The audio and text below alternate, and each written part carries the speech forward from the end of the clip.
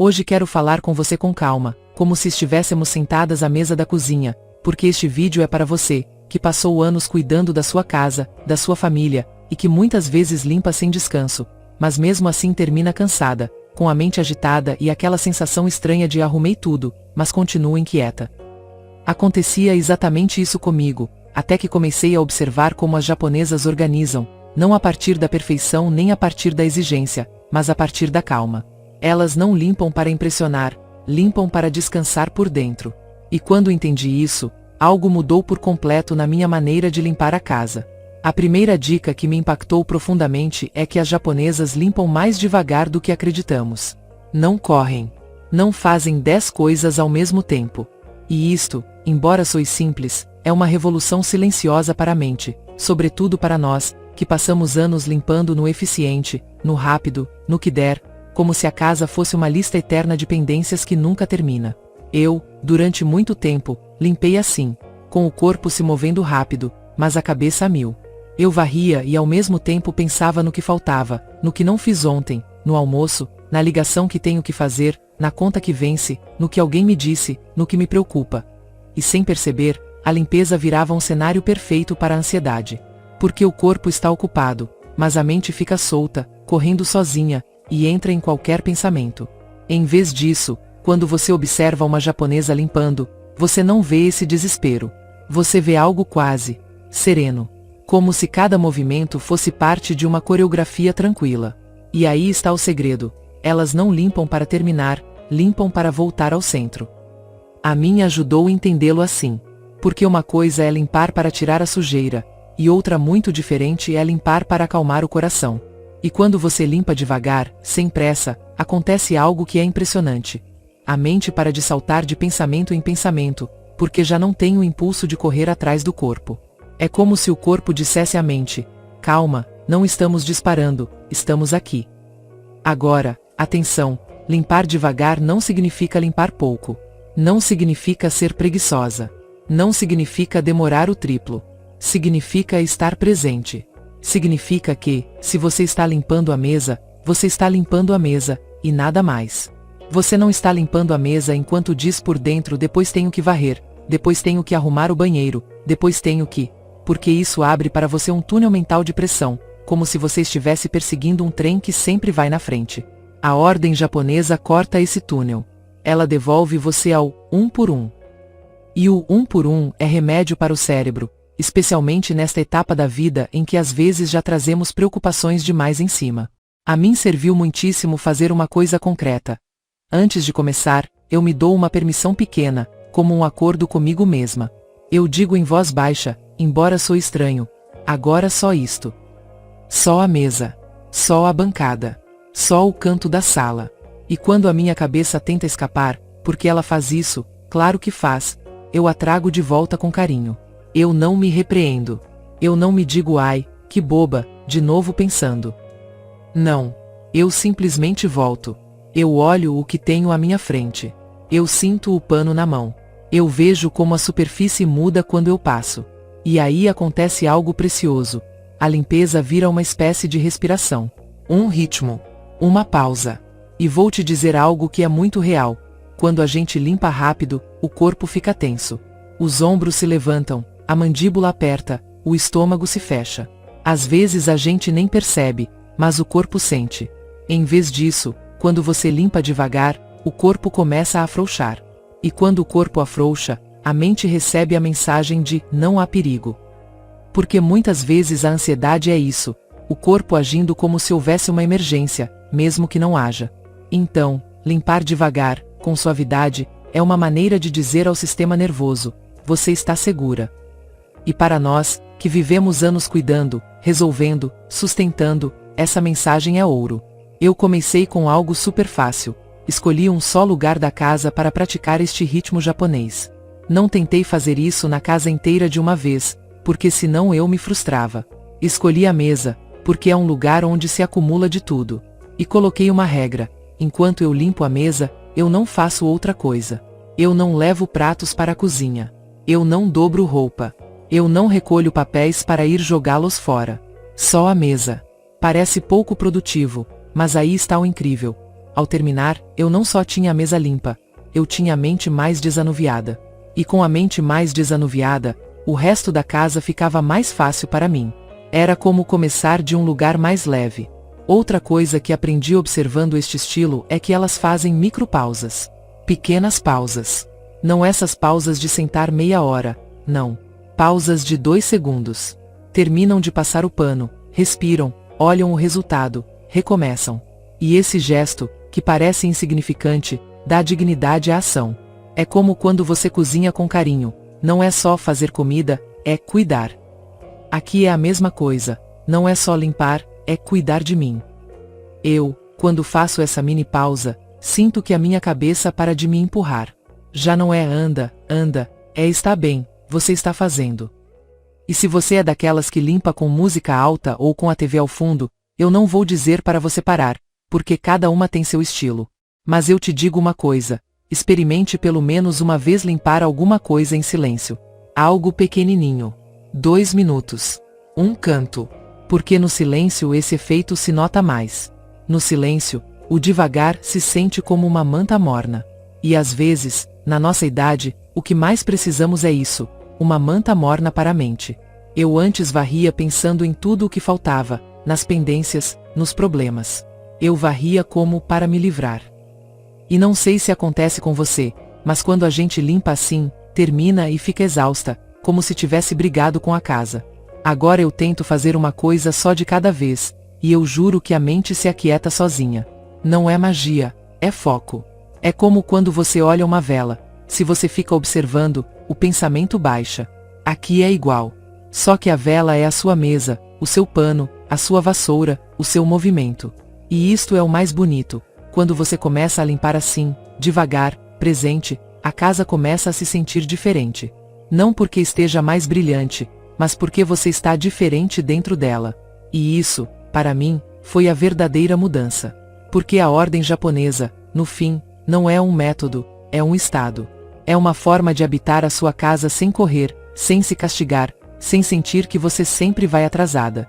É dizer, eu estou aqui, e isto basta por agora.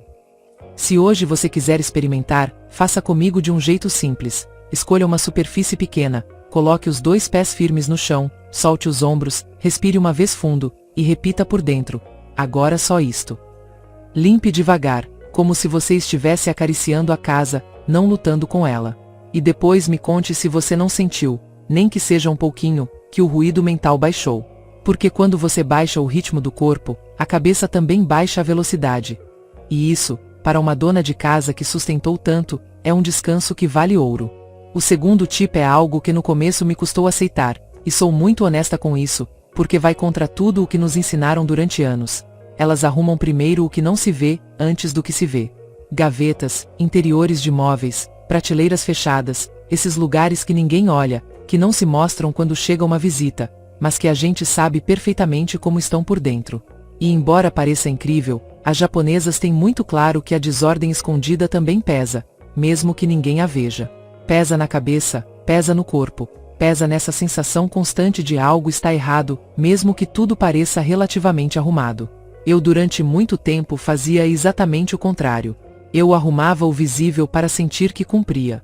A mesa desimpedida, o sofá ajeitado, a cama feita. E sim, ficava bonito. Mas por dentro, as gavetas estavam cheias até não poder fechar direito.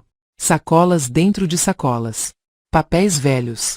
Coisas quebradas que eu guardava, por via das dúvidas. Objetos que eu não usava havia anos, mas que eu sentia culpa de jogar fora. E mesmo sem vê-los, eles estavam ali, ocupando espaço físico e emocional. É como ter um quarto fechado dentro da cabeça que você sabe que está desarrumado, e só pensar em abri-lo já cansa. As japonesas entendem algo muito profundo. Elas não arrumam para mostrar, arrumam para descansar. E o descanso não vem do que parece bonito, vem de saber que não há caos escondido esperando para aparecer. Por isso elas começam pelas gavetas. Porque uma gaveta é como uma pequena caixa de segredos domésticos. Tudo o que não soubemos onde colocar, tudo o que talvez um dia, tudo o que dá pena largar. E abrir essa gaveta não é só um ato físico, é um ato emocional. Eu senti isso claríssimo na primeira vez que me animei. Eu lembro perfeitamente daquele dia. Eu abri uma gaveta que eu vinha evitando há anos. Literalmente anos. Eu sempre a fechava rápido, como dizendo depois. E quando finalmente eu a encarei, senti algo muito estranho, uma mistura de vergonha, cansaço e alívio antecipado. Porque uma parte de mim já sabia que ali havia coisas de que eu não precisava, mas também havia lembranças, decisões adiadas, culpas pequenas. E arrumar essa gaveta foi como arrumar um pedacinho da minha história. Não foi rápido. Não foi bonito. Mas quando terminei e a fechei suavemente, senti uma calma que eu não esperava. Como se a casa tivesse soltado um suspiro. E eu também. A ordem japonesa propõe algo muito diferente de tirar tudo e arrumar rápido. Propõe entrar devagar no que não se vê, com respeito. Não abrir 10 gavetas ao mesmo tempo. Não desmontar a casa toda. Uma só. Uma gaveta. Uma prateleira. E ficar ali. Porque quando a gente abre espaços escondidos de mais de uma vez, a gente se sobrecarrega. E o objetivo não é se sobrecarregar, é se aliviar. As japonesas são muito cuidadosas com isso. Elas sabem que a desordem escondida guarda emoções antigas, e não se enfrenta a isso com violência. Algo que me ajudou muitíssimo foi entender que o por via das dúvidas é um dos grandes ladrões de calma. Guardamos coisas por medo, por costume, por histórias passadas em que tudo custava. E não se trata de julgar isso, trata-se de olhar com ternura. Eu comecei a me perguntar, com cada coisa, isto me dá tranquilidade hoje ou me atira? E foi impressionante perceber que muitas coisas que eu guardava por via das dúvidas na verdade me geravam uma carga silenciosa. Eu não as usava, eu não as desfrutava, elas só estavam ali ocupando espaço. Quando você começa a arrumar o que não se vê, acontece algo muito curioso. De repente, a casa se sente mais leve, ainda que visualmente não tenha mudado tanto. Ninguém percebe que as suas gavetas estão arrumadas, mas você percebe. E esse você percebe é o que importa. Porque cada vez que você abre uma gaveta e tudo está claro, acessível, respirável, o seu corpo relaxa um pouco mais. Já não há resistência. Já não há esse micro-estresse de abrir e fechar rápido. As japonesas também cuidam muito de como deixam as gavetas por dentro. Elas não as enchem até o limite. Elas deixam espaço. Espaço para que as coisas respirem. Espaço para que a mão entre sem esforço. E esse espaço físico se traduz diretamente em espaço mental. Eu antes enchia até a borda, como se a gaveta tivesse que ser aproveitada ao máximo. Agora eu entendo que o verdadeiro luxo não é tê-la cheia, é tê-la leve. E eu te digo algo muito importante, sobretudo para nós, donas de casa que sustentamos tanto. Arrumar o que não se vê é um ato de amor próprio silencioso. Ninguém te aplaude por isso. Ninguém comenta. Mas você sente. É como arrumar pensamentos que você nunca disse em voz alta. Como fechar ciclos pequenos. Como dizer isto já cumpriu a sua função, posso soltá-lo. O dia em que comecei a arrumar minhas gavetas, senti um alívio que eu não esperava. Não foi só ordem, foi descanso. Foi uma sensação de controle tranquilo, sem exigência. É como se a casa respirasse melhor, e a gente também. E aí eu entendi que a ordem japonesa não começa pela aparência, começa pela honestidade. Por olhar o que escondemos e decidir, com carinho, o que fica e o que pode ir. E quando você faz isso, algo muito profundo se ajeita por dentro, mesmo que ninguém veja. O terceiro tipo é um dos mais poderosos e menos falados, e quando eu o entendi senti como se alguém tirasse um peso de cima de mim. As japonesas não limpam quando estão com raiva ou aceleradas. E isso, para muitas de nós, é quase impensável, porque viemos de uma cultura em que limpar muitas vezes foi uma forma de descarregar raiva, de desabafar, de fazer alguma coisa quando tudo por dentro está revirado. Eu fiz isso durante anos. Eu limpava apressada, com força, quase brigando com a casa. Eu passava o pano com raiva, eu varria forte, eu arrumava jogando coisas de um lado para o outro. E sim, a casa ficava mais ou menos limpa. Mas eu terminava pior. Mais cansada, mais irritada, mais carregada. As japonesas entendem algo muito profundo que quase ninguém nos explica. A energia com que você limpa fica na casa. Não como algo místico estranho, mas como uma sensação. Quando você limpa com raiva, o corpo está tenso, a respiração é curta, os movimentos são bruscos. E o sistema nervoso registra isso como estresse. Então a casa pode parecer arrumada, mas você fica alterada, e esse mal-estar se sente. É como quando alguém fala gritando. Mesmo que as palavras estejam corretas, o tom estraga tudo. Por isso, quando uma japonesa está muito alterada, ela não se obriga a fazer uma limpeza grande. Ela não se castiga dizendo, mesmo assim tenho que fazer. Ela faz o contrário, reduz. Faz algo pequeno, quase simbólico. Arruma um canto. Dobra uma única peça. Limpa uma superfície. E esse gesto pequeno não é insignificante, é inteligente. Porque não busca produtividade, busca regulação emocional. Busca baixar o nível de agitação antes de seguir. Para mim isso foi muito difícil de aceitar. Porque eu acreditava que, se eu estava mal, eu tinha que aproveitar esse estado para limpar mais, como se o cansaço ou a raiva fossem combustível. E não são. São um sinal. O corpo avisa que precisa de suavidade, não de exigência. No dia em que comecei a ouvir isso, a minha relação com a limpeza mudou por completo.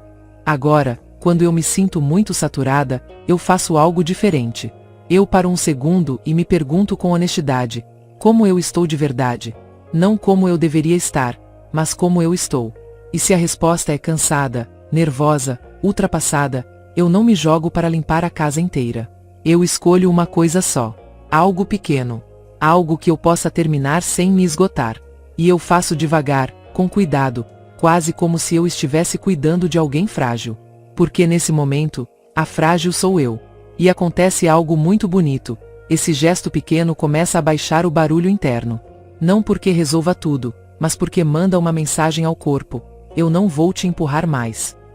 E quando o corpo recebe essa mensagem, ele relaxa um pouco. A respiração se alonga. Os ombros descem.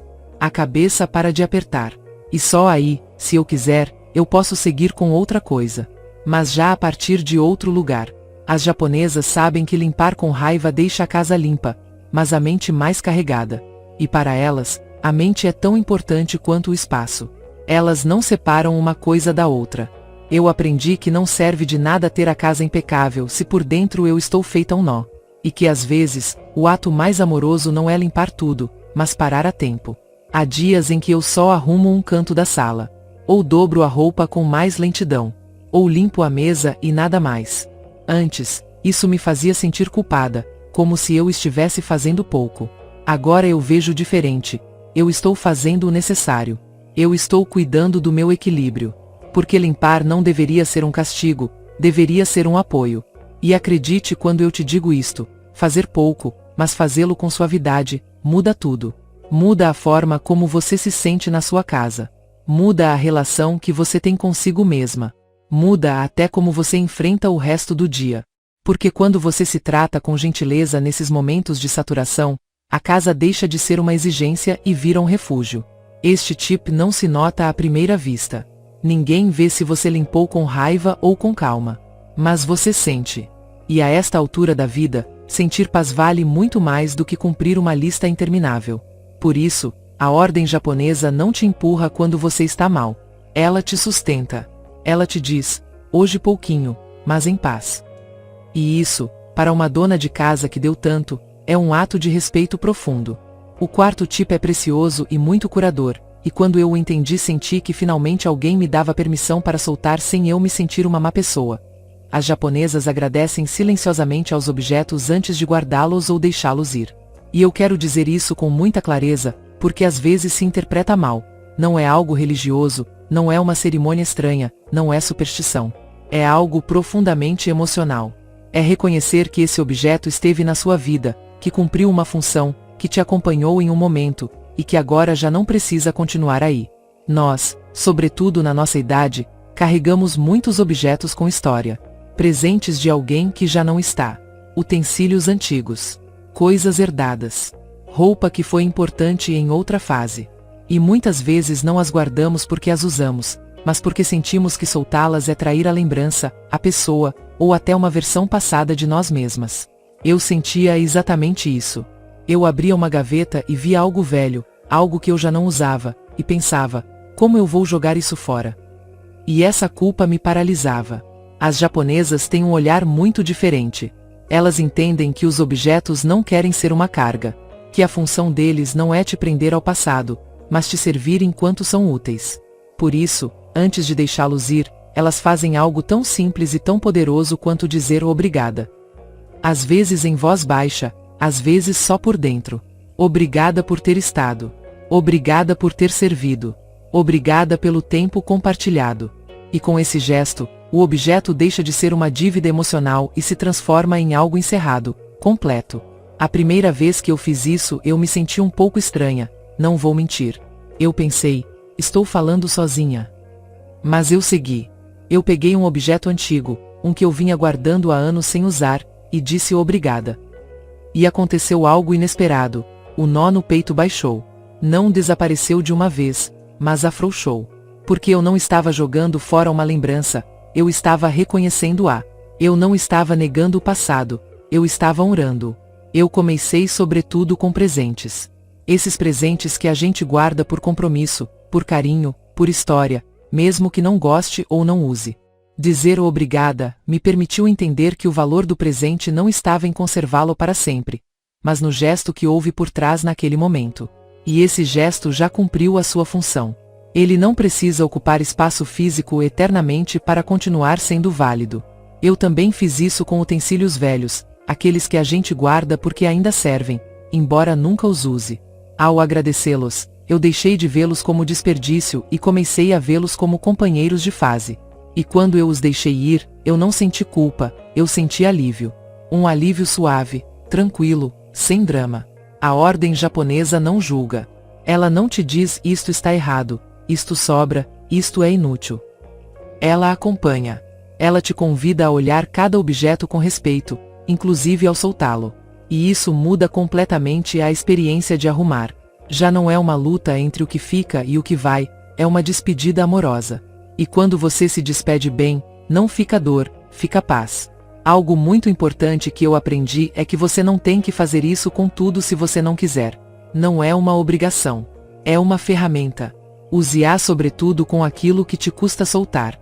Com isso que te gera culpa, nostalgia, pena. Aí é onde este tipo é mais curador. Porque ele te ajuda a fechar ciclos pequenos, silenciosos, que ninguém vê, mas que pesam muito por dentro. Dizer obrigada em voz baixa me ajudou a soltar sem culpa, sem aquela sensação de estar traindo lembranças. Me ajudou a entender que eu posso honrar a minha história sem viver presa nela. Que as lembranças vivem em mim, não nos objetos. E que a casa não tem que ser um museu do passado, mas um espaço para o presente. Desde que eu faço isso, arrumar deixou de ser doloroso. Eu já não enfrento os objetos como inimigas emocionais, mas como capítulos. Alguns continuam, outros se encerram.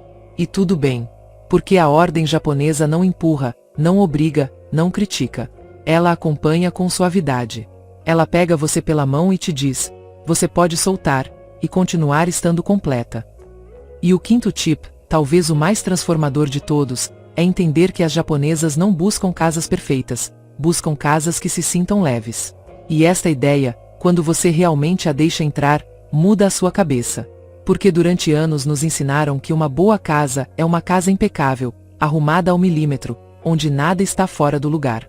E sem perceber, começamos a medir o nosso valor, o nosso esforço e até o nosso carinho pela família em função de quão perfeita a casa parece. Eu vivi muito tempo assim, perseguindo uma imagem que nunca se sustentava. As japonesas não perseguem essa perfeição. Elas perseguem a sensação. Elas se perguntam constantemente como um espaço se sente, não como ele fica numa foto. Se algo não traz calma, se revisa. Se algo gera ruído visual ou emocional, se simplifica. E atenção, não se elimina por moda, nem por obrigação, nem porque assim deveria ser. Se revisa com honestidade. Se escuta o corpo. Se observa a reação interna. Porque o corpo sabe quando um espaço sobrecarrega, até antes da mente. Eu comecei a perceber isso quando, depois de limpar, eu não me sentia em paz. A casa estava arrumada, sim, mas eu caminhava por ela e sentia uma espécie de cansaço silencioso. Como se tudo estivesse me pedindo atenção ao mesmo tempo. Objetos demais, cores demais, coisas úteis demais. E aí eu entendi algo chave. Não é a mesma coisa uma casa arrumada e uma casa leve. Uma pode existir sem a outra. Uma casa leve não te exige. Ela não grita. Ela não te empurra para estar sempre fazendo algo. Ela te permite caminhar devagar, sentar, respirar. E quando eu comecei a aplicar este tipo japonês, eu deixei de me perguntar está perfeito, e comecei a me perguntar como eu me sinto aqui. E essa pergunta mudou tudo, porque há coisas que estão bem arrumadas, mas mesmo assim geram tensão. E há espaços simples, até imperfeitos, que transmitem paz imediata. As japonesas entendem que o ruído não é só sonoro. Também existe ruído visual e ruído emocional. Objetos acumulados, superfícies cheias, decorações que já não conectam com você, lembranças que já cumpriram o seu ciclo. Tudo isso gera um murmúrio constante que esgota, mesmo que você não perceba conscientemente. Por isso elas simplificam. Não por minimalismo extremo, mas por bem-estar. Elas tiram o que sobra para que o essencial respire. Eu, por exemplo, tinha cantinhos bonitos mas carregados. Muitas coisas pequenas juntas. Muitos enfeites. E embora eu gostasse, eu me cansava. No dia em que eu tirei alguns e deixei espaço vazio, eu senti algo muito forte, alívio. Como se a casa tivesse expirado. E esse espaço vazio não pareceu triste, pareceu generoso. Como uma pausa. Como silêncio depois de muito ruído. Este tip também me ensinou a parar de me castigar por não ter tudo impecável. Eu entendi que não preciso ter a casa perfeita para estar bem. Eu preciso sentir paz quando caminho por ela. Eu preciso que a minha casa me receba, não que me avalie. E quando eu soltei a exigência da perfeição, a limpeza deixou de ser uma obrigação pesada e virou um momento meu. Um momento em que eu arrumo, sim, mas também me arrumo por dentro. Agora eu limpo a partir de outro lugar. Não a partir do tenho que, mas a partir do quero me sentir melhor aqui. E isso muda completamente a experiência. Às vezes eu limpo pouco. Às vezes eu deixo coisas para amanhã. E tudo bem. Porque a meta já não é cumprir um padrão invisível, mas cuidar da minha calma. E quando a calma está, curiosamente, tudo flui melhor. A ordem japonesa, no fundo, não te pede que você tenha menos por obrigação, nem que você viva numa casa vazia. Ela te pede que você se escute. Que você observe o que te pesa e o que te alivia. Que você escolha conscientemente como quer se sentir no seu próprio lar. E quando você faz isso, a casa vira um refúgio, não uma carga. Desde que eu aplico este último tip, a minha casa não é perfeita. Mas é leve. E eu, dentro dela, também. E isso, para mim, é a verdadeira ordem. Por isso eu quis fazer este vídeo, especialmente para você, que deu tanto, que merece uma casa que te abrace e não que te exija. A ordem japonesa não te pede mais esforço, ela te pede mais gentileza com você mesma. E se hoje, enquanto você limpa, você consegue respirar um pouco mais fundo e sentir um pouquinho mais de calma, então você já está aplicando.